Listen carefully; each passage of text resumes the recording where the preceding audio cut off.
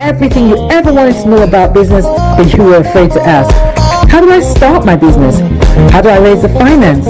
How do I grow my business? Where am I going to find my customers? Join me every Tuesday at 1:30 p.m. on Star Radio UK to get all the information and tips that you need to become a successful entrepreneur and become financially free. Remember, don't let life dictate to you. Rather, put your signature on life.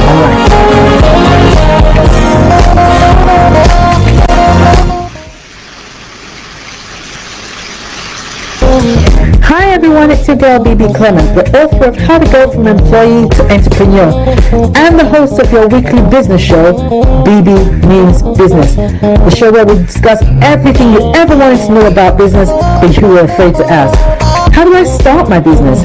How do I raise the finance? How do I grow my business? Where am I going to find my customers? Join me every Tuesday at 1:30 p.m. on Star Radio UK to get all the information and tips that you need to become a successful entrepreneur and become financially free. Remember, don't let life dictate to you. Rather, put your signature on life. Get ready for this. Good afternoon, ladies and gentlemen, and welcome once again to the Bebe Means Business Show. I'm your host, Bebe Clement, and I want to welcome you and thank you very much for joining me again this week. I'm really glad that you're here, and I hope that you will enjoy today's show because I have a really good show for you. It's a part 2 of a previous show, and it's going to be really informative, and you're going to get lots of information and acquire a lot of wisdom from the information that you're going to get today. Just for those of you who are joining us for the first time, my name is Bebe Clement, and I am the host of the Bebe Means Business Show. And this is the show that you don't want to miss. Anything and everything you ever wanted to know about business, and entrepreneurship, and building wealth, we discuss it on this show with the aim that you will become financially free very soon. That's the whole aim. So, what happened last week is we have, again, for those of you who don't know, we had a repeat show because sometimes we have listeners request that, oh, Bebe, this show was really good. I'd really like to hear it again. Could you repeat it? And so every so often, every few weeks, we will repeat the show. The one that's voted the best one, we repeat the show. So that's what happened last week. And then this week, as you can see, is a live show. So this week, I'm going to be talking about wealth creation lessons from the Jews. And this is part 2. A couple of weeks ago, I had part 1. And this is part 2 because there's a lot that we can learn from the Jews. Now, why are we even talking about them? Well, for many reasons that are pertinent to the theme of this program. The Jews are probably the wealthiest ethnic group in America. Ethnic minority group in America. They form 30% of the richest top 100 of the Forbes rich list. Now, considering the fact that there are only about 7.6 million Jews in the whole of America, in other words, they only make up about 2.4% of the whole population. The fact that they feature about 30% of the top 100 richest Forbes list is phenomenal. Absolutely phenomenal. And this pattern is not a one-off in America. It is repeated all over the globe. Whatever country they're in, it is pretty much the same kind of statistics that you'll find. So clearly, as a people, the Jews know a thing or two about wealth creation. And as a result, I think that it is pertinent upon us to have a look. Have a look and see what it is that these people do. What is it that they know? What is it that they practice? What is it that they have imbibed into their culture that makes them financially free? That makes them so good in relation to creating wealth? That makes them so focused when it comes to money and entrepreneurship and business? What are their secrets to success? And yes, you can think about it from a religious point of view, but there's so much more to it. It's not just a religious thing. There's so much more to it. There are certain lifestyle traits that the Jewish community have that we would do well to educate ourselves about and to adopt into our own culture. Okay, so I wanted to talk about that. Now, for those of you who missed the first show, I want to just do a quick roundup of some of the pertinent things that I raised in relation to those practices and their knowledge and what they do that makes them so good with money, just so that you're aware and I can bring you up to speed so that what we discussed today will make more sense to you. Okay, so some of the things that we looked at that makes them successful with money is the success with money is not something that happens in their adulthood. First of all, they raise their kids with the expectation of economic and social success. They raise their kids that way. In other words, they aim their kids at professions that they know make money and produce wealth. So they don't have this attitude of, oh, well, let's just see where this child goes. They kind of look at their kids as arrows, and you know, arrows you don't just chuck, you aim them at specific targets. So that's what they do. And I got to say, I think as regards that, the black community is doing very well because we tend to do that as well. I'm not sure whether we're as firm about that with the current generation, and when I say the current generation, I mean like my kids. But definitely, my generation, our parents did that. They aimed us at certain professions. They'd done the research. They saw that certain professions made money, doctors, lawyers, engineers, that kind of thing. And they aimed us in that direction. Now, I'm not for a moment suggesting that you must choose your child's profession. That's not what I'm suggesting. So if, for instance, your child is clearly has no idea about maths or biology, there's no point in you trying to push them towards studying medicine. But what I'm saying is that they tend to have expectations of their kids, very high expectation of their kids. They convey or communicate those expectations to their kids, and they steer those kids in that direction. And there's nothing wrong in doing that. There's absolutely nothing wrong with doing that. I mean, I told this story, I think, recently on another platform. When we were young, one of my kid sisters, at the time she was probably about 6 or 7, my father used to say to her, you're really good at maths, you're doing very well, you're so smart, you're so intelligent, somebody like you should be an accountant. You'd be brilliant as an accountant. All these special people become accountants and stuff like that. He kind of sold her the idea without her knowing that he was aiming her towards it. So by the time she was 10, if anybody asked her, what do you want to do with your life? She said, I want to be an accountant. Thankfully, she actually grew up with that. She grew up with that vision. And today she's a chartered accountant making a very good income, and she's very happy doing that. So there's nothing wrong in doing that, and that's something that we can adopt from the Jewish community. Now, they have been very strategic about assessing and understanding the economic environment in which they live. And I gave the example of in America at the beginning of the 20th century, the older immigrants, when they were assimilating the newer immigrants into the American system, they would have them in their homes. They would either have them as lodgers in their homes, or they'd invite them around for dinner. And after dinner, they would actually sit them down and teach them English, because as you know, a lot of these Jewish people, they were coming from all over Europe, they were coming from Russia, they were coming from Germany, where English was not their first language. But they had assessed the situation, and they saw that if these people can't speak English, they're going to find it very, very difficult to prosper financially. So they took it upon themselves to do that, to educate them about what they needed, what was this deficit by way of knowledge in this new economy that they were in that would inhibit them from becoming financially free, and it was the language.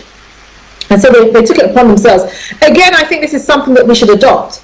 Many of us in the UK, and I know I've mentioned this before, but many of us in the UK that came over in the 80s and 90s, we struggled. And indeed, many of us are still struggling because there was nobody to teach us the system. So I think that's a good thing to do. They send their children to the best schools that they can afford. Again, if you can afford to send your child to a private school, then by all means do that, because connections are made in these schools, and connections are very, very important. But now we understand that it's not even necessarily what you know, because if it's what you know, the blacks, particularly in the UK, are very well educated, so it's not a matter of what you know, it is who you know. Making those connections at a very early age and growing up with those connections are really, really important. So if you can afford to get, the best school that you can afford, I'm not saying go get yourself into debt or or something like that in order to provide a good education for your child, but the best education that you can afford, then please provide it for your children. They expose them to programs that will build them up. Again, do that. Summer holidays are coming. Don't let your children, especially if they're teens, don't let them sit at home for 3 months doing absolutely nothing. just like they say that an idle mind is a playground for the devil. So get your children into programs that will begin to make them think about their future, think about wealth creation, think about money, and most importantly, I think about how they can become job creators rather than job seekers. The day of us being job seekers, that is gone. We've got to start thinking job creation. They also help their children develop a broad vocabulary and good public speaking skills, which again is very, very important in every sphere of life, particularly in the area in which we're in. You've heard me say this before, that as far as I'm concerned, singularly the most important skill of the 21st century is the ability to be able to speak well, confidently, clearly in public. Very, very important.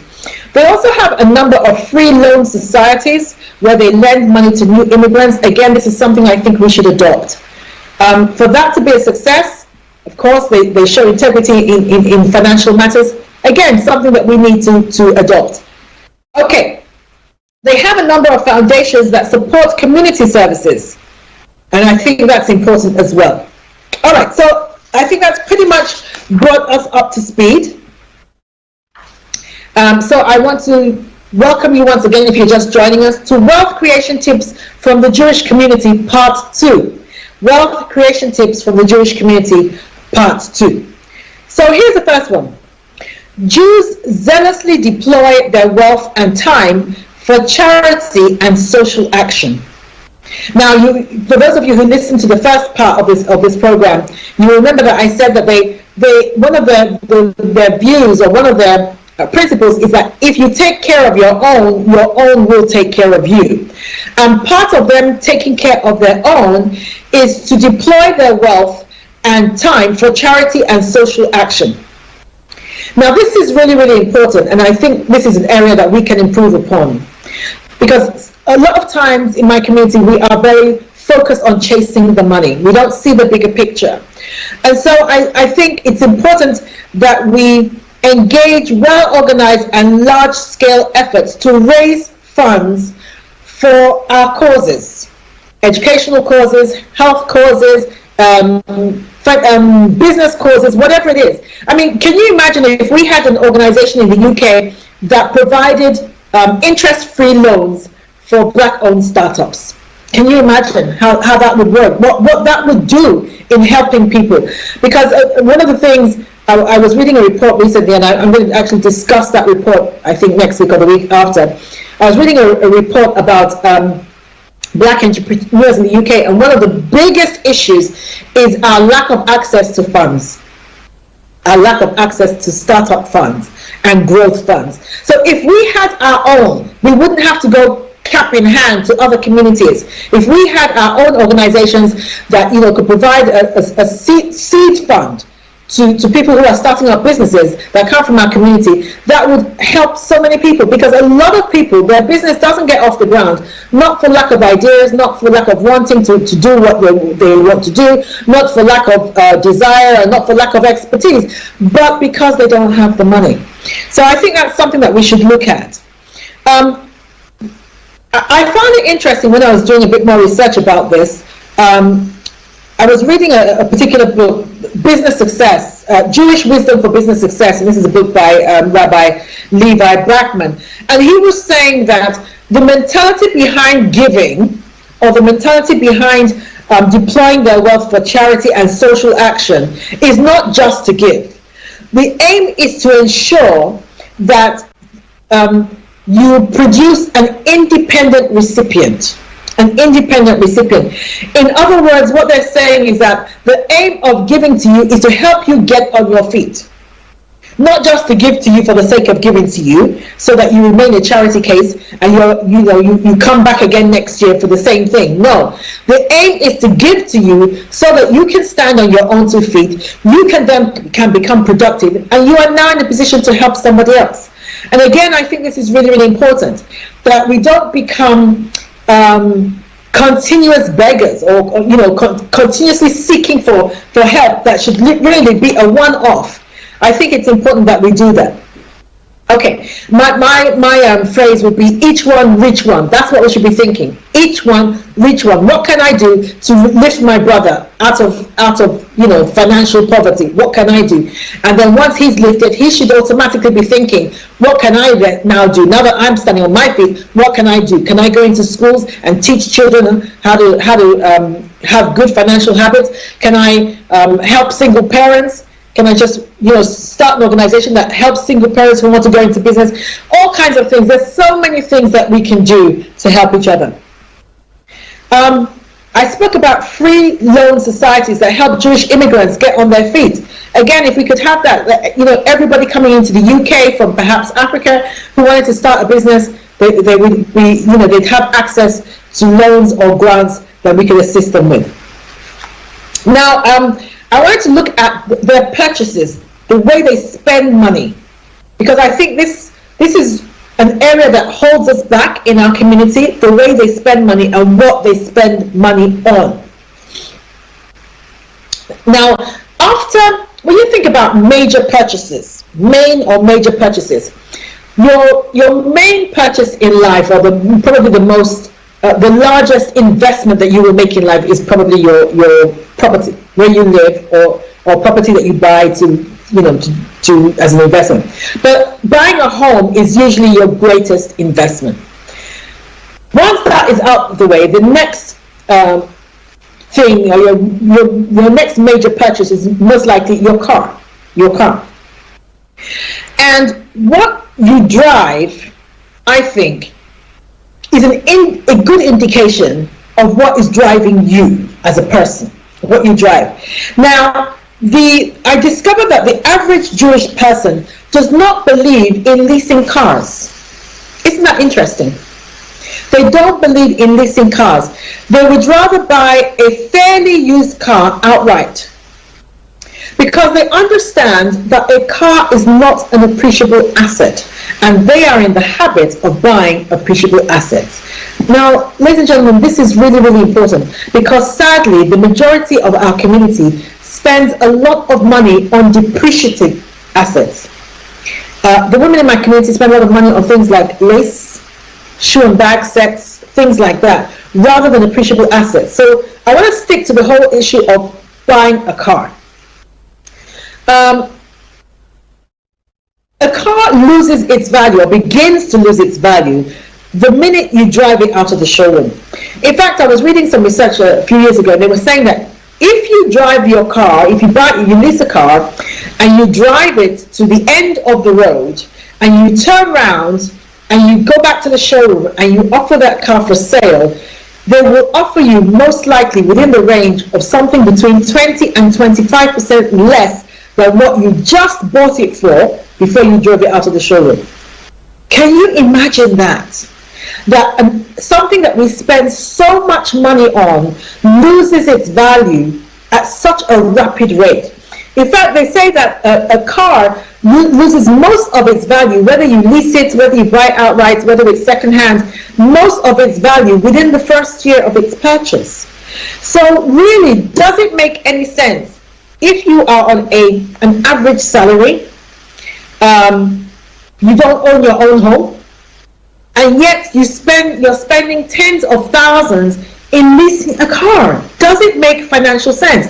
Now again, I say this because, as you are aware, the whole essence of this program is to give you information and tips and make you think about your financial spending and what you are doing with your money that might be holding you back from becoming financially free. And oftentimes we don't realize that these things carry the kind of weight that they do. So rather than, if you are thinking about going to spend, I don't know, tens of thousands of pounds on a new car, perhaps buying a fairly used car might serve you better. I don't know, just something to think about. I'm not trying to dictate to you what you do with your own money. I'm just trying to give you something to think about that you might not have thought about. Okay. Still on the same topic, I was watching an Instagram clip yesterday, very interesting one, and there's this wealth creator, I forgot his name, this black wealth creator in America, and he was saying that last year in America, 50% or twice the average of of white people, black people bought twice as many Mercedes-Benz as white people did last year, even though the average Caucasian person has twice the household income of the average black person. So I'm going to say that again, that double the number of Caucasians bought a Mercedes-Benz. In other words, the black community in America bought double the number of Mercedes-Benz last year than the white community, even though the white community, the average household income is double that of the average black one. And he was saying that we are surrounding ourselves with what looks like success rather than actually becoming successful. And those who know me very well know that this is something I say quite often. We are, ladies and gentlemen, it grieves me to say, but this is true. I mean, I teach on this and I train on this and I meet lots and lots and lots of people because I do webinars, seminars, as you well know. I talk about wealth creation a lot. But this is true, that we are settling, we are giving up the great for the good when it comes to wealth creation. We are settling for what looks like success rather than going after success itself. And so this is something that we need to look at and to amend if we're serious about being financially free as a people. Okay, I think I'm going to take a break here, and then when we come back, we're going to delve into the whole issue of home ownership. You don't want to miss this because this is really important if you're going to grow your wealth. Be back in a moment. Hi everyone, it's your girl Bebe Clement, the author of How to Go from Employee to Entrepreneur and the host of your weekly business show, Bebe Means Business, the show where we discuss everything you ever wanted to know about business but you were afraid to ask. How do I start my business? How do I raise the finance? How do I grow my business? Where am I going to find my customers? Join me every Tuesday at 1:30 p.m. on Star Radio UK to get all the information and tips that you need to become a successful entrepreneur and become financially free. Remember, don't let life dictate to you. Rather, put your signature on life. Get ready for this. Welcome back, ladies and gentlemen. You are tuned in to the Bebe Means Business Show. This is your weekly dose of information, education, knowledge, advice, tips on anything and everything to do with business and entrepreneurship, with the aim of making sure that you become financially free and that you are able to pass your wealth to generations to come. It's not just about you, not just about me, not just about living in a bigger house, but for generations, building generational wealth. That's what we need to start thinking, building generational wealth. And today, again, for those of you who are just joining, we are doing part 2 of the show, Wealth Creation Tips from the Jewish Community. There's a lot that we can learn, ladies and gentlemen, from our Jewish brothers and sisters. So let's humble ourselves and, get all the information and advice that we can so that we can duplicate what they've done. They say that success leaves clues. So let's pick up as many clues as we can so that we can become financially free. Okay, so we were talking about our spending habits, what we spend our money on, because what you spend your money on will go a long way in dictating whether you become financially free in the end. And so I was speaking about the car. Now I want to speak about owning your own home, because like I said, owning your own home is probably one of the biggest investments that you will make in relation to building wealth. So the Jewish community, they advocate home ownership, not renting.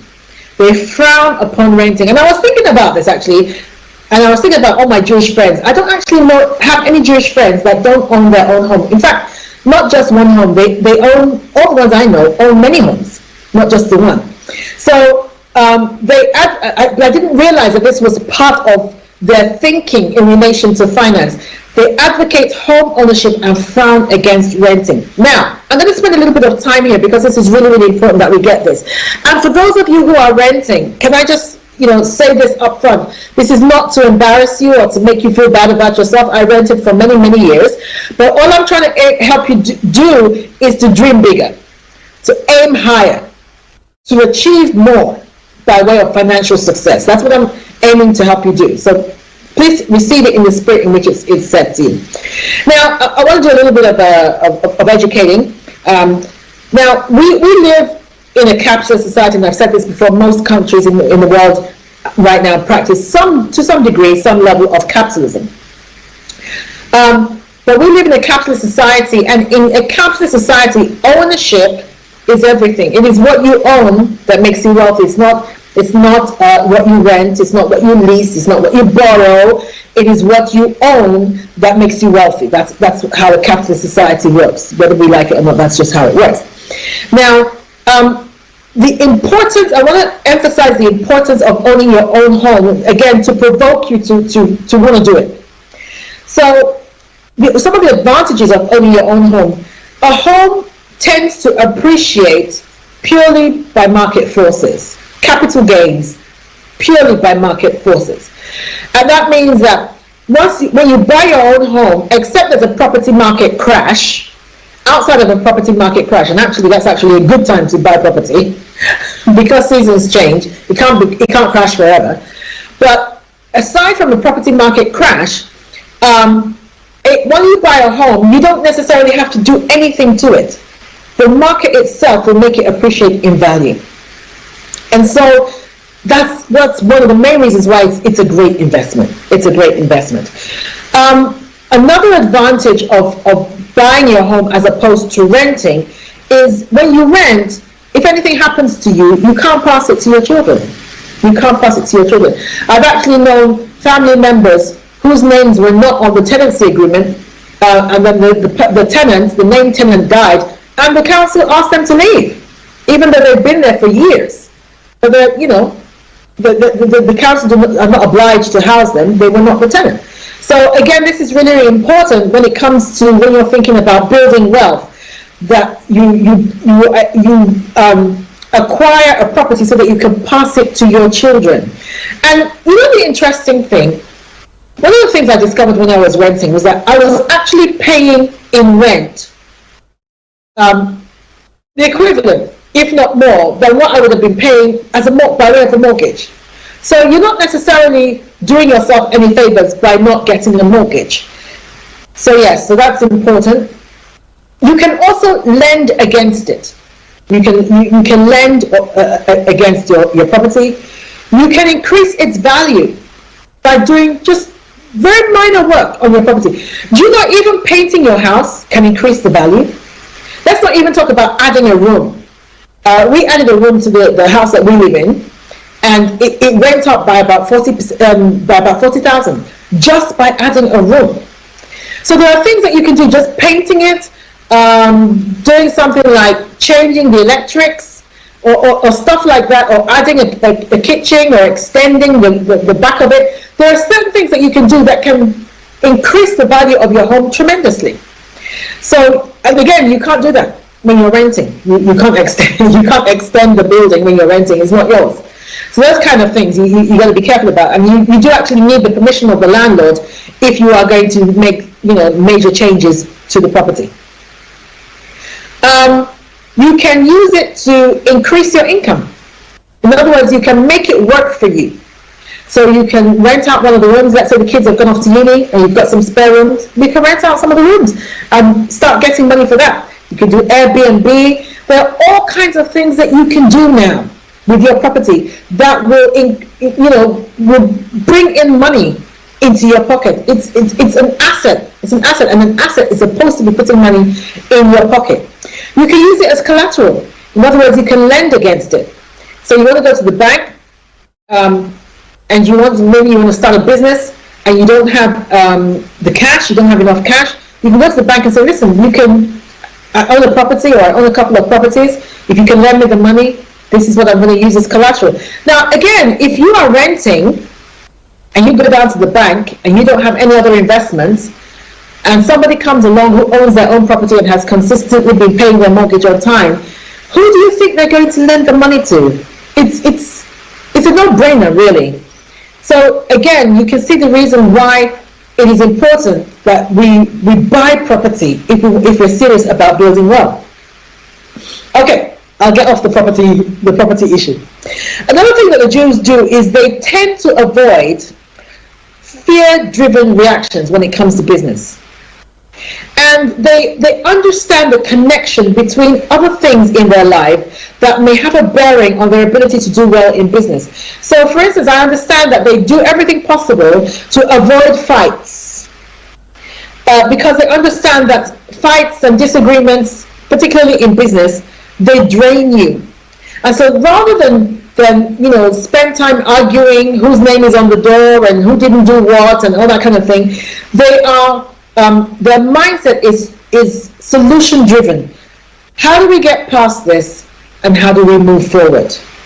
So again, this is something that we need to adapt so that we don't let our ego get in the way of us moving forward. We don't major or minors in business.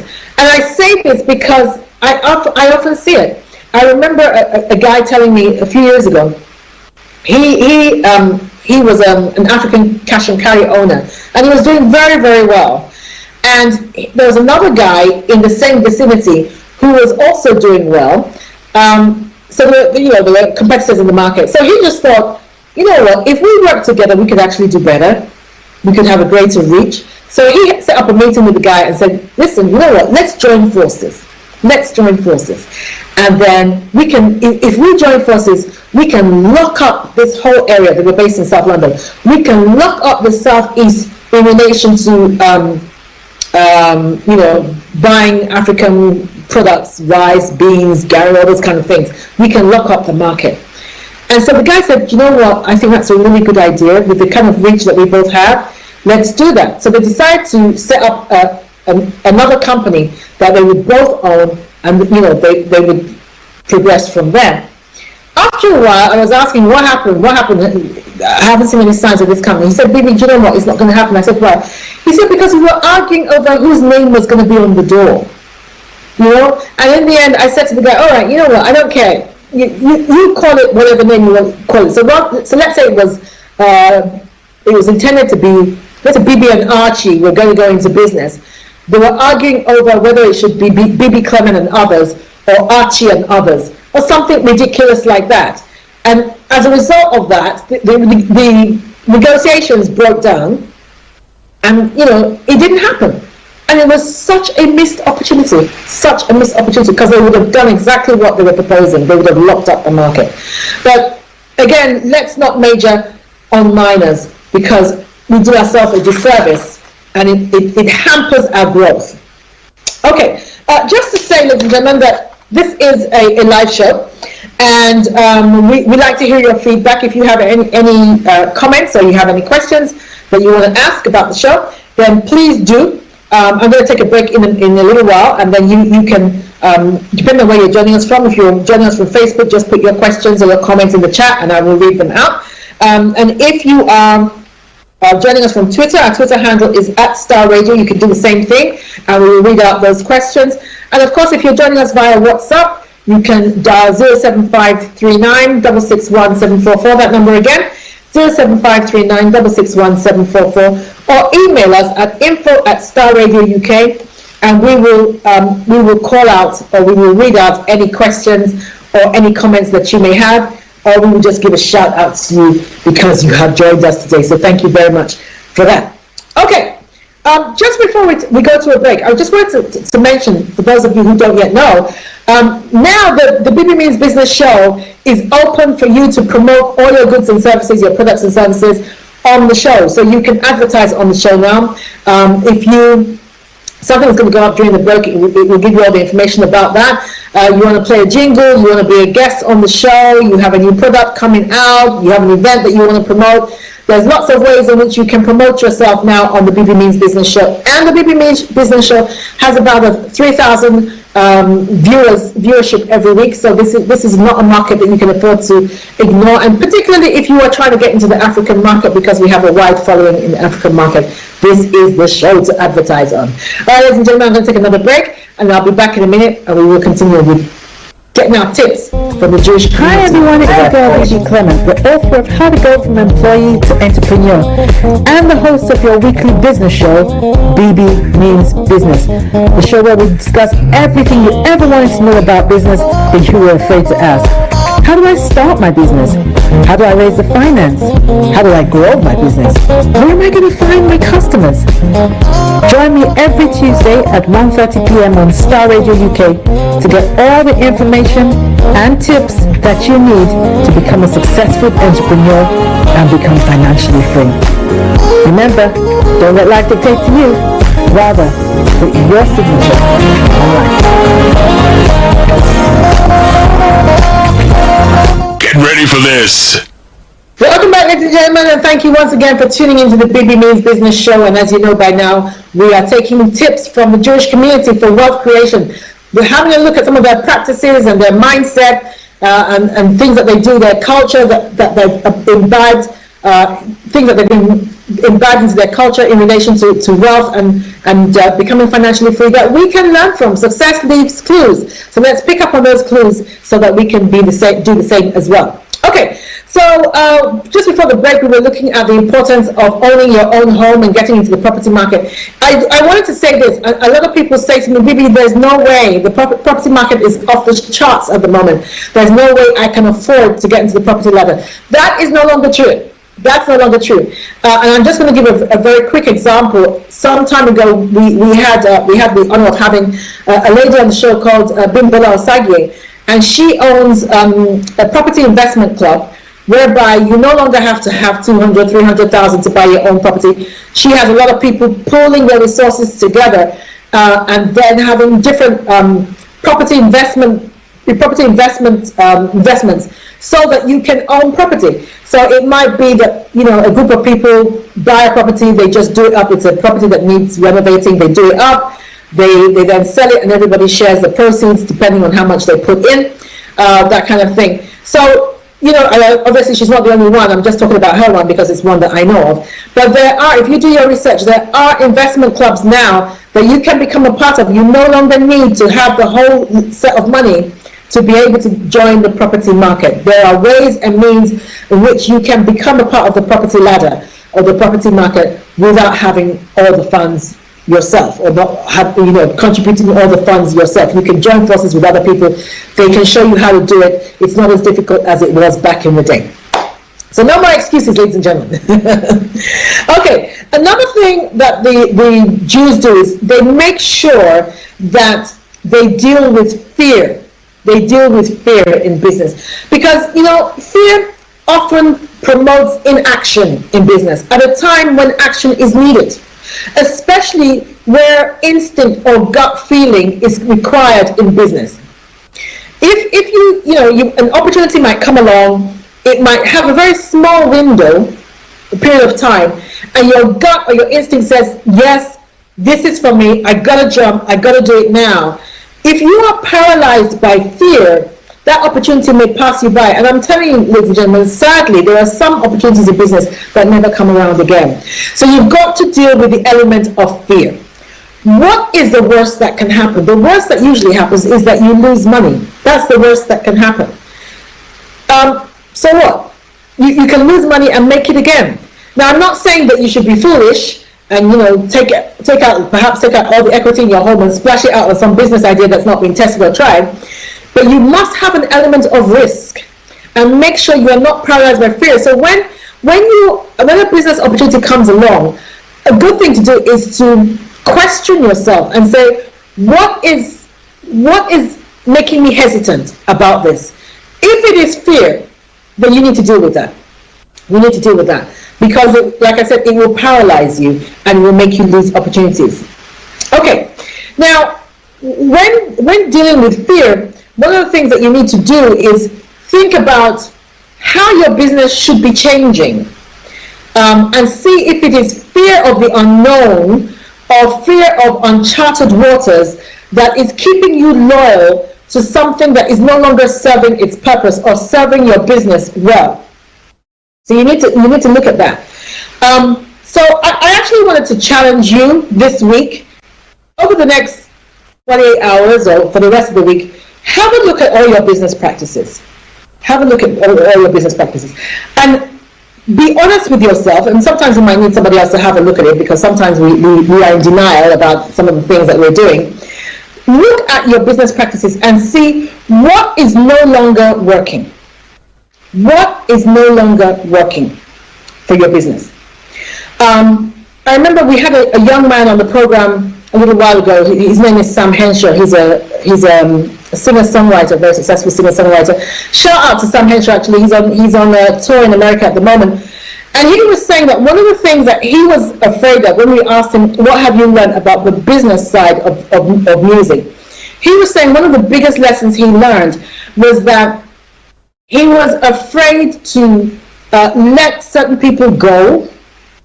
And yet, when he thought about it, those people were no longer serving the needs of the business. But because he had grown up with those people, they'd been friends for years, and then when he went solo, when he became a musician, they joined him, maybe they were musicians or whatever, they were working alongside him. But as he grew, he could see that actually they were no longer serving their purpose. And that's not something derogatory to them. Sometimes they have outgrown him, or they wanted to move on to bigger things, or the vision no longer aligns, that kind of thing. But oftentimes we will stay loyal to things that are no longer serving our purpose in business because we're afraid of how people are going to react. Oh, if I ask this person to leave, how are they going to take it? They've been with me for years. They've seen me through the bad times. How are they going to take it? How will that be received? And so, you keep them on, even though they're not doing what they're supposed to do any longer. So these are the kind of things that I'm challenging you to start looking at your business practices.